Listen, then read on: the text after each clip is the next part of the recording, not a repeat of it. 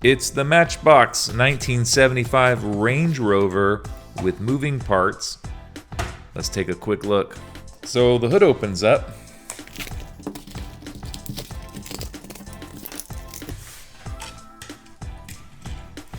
Let's look at some of the details. Let's go ahead and start with that opening hood. First off, I like the little wing mirrors there. Oh man, it doesn't open very much, does it? Oh, there we go, it opened more. Okay, so the hood opens a lot more. Just got to give it a little extra oomph, and the hood will open all the way. There you go. Look at that beauty in there. Actually, that's not bad. That'd be pretty cool to detail and get a little paint in there. Make that look cooler. There's a look underneath. Like the extra detailing they went through there with the transaxle and drive shaft and all that good stuff. There's the interior.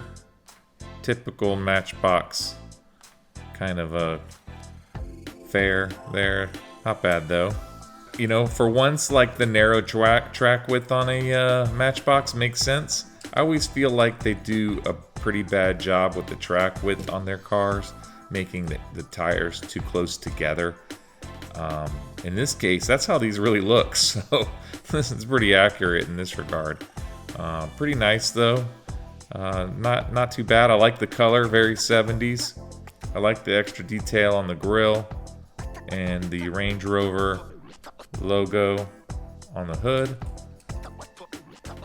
So these moving parts cost a little bit more. I think they're what, $3 and change or something like that in the United States. I like it. I wasn't real sure about buying it. I've passed it over multiple times, and this last go round I figured, you know what the heck, I like a two-door Landy. It's pretty neat. Biggest complaint I'll say this, my biggest complaint would be no suspension, but you know, that's typical now. These cars rarely have, actually almost never have suspension.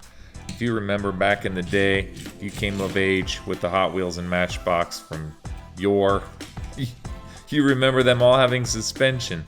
I really wish that's something that would return.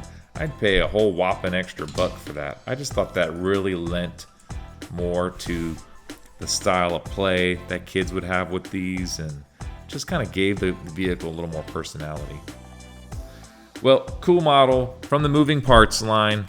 Go and check it out. Get yourself a 1975 Range Rover. Oh, look, this little piece of cardboard came out.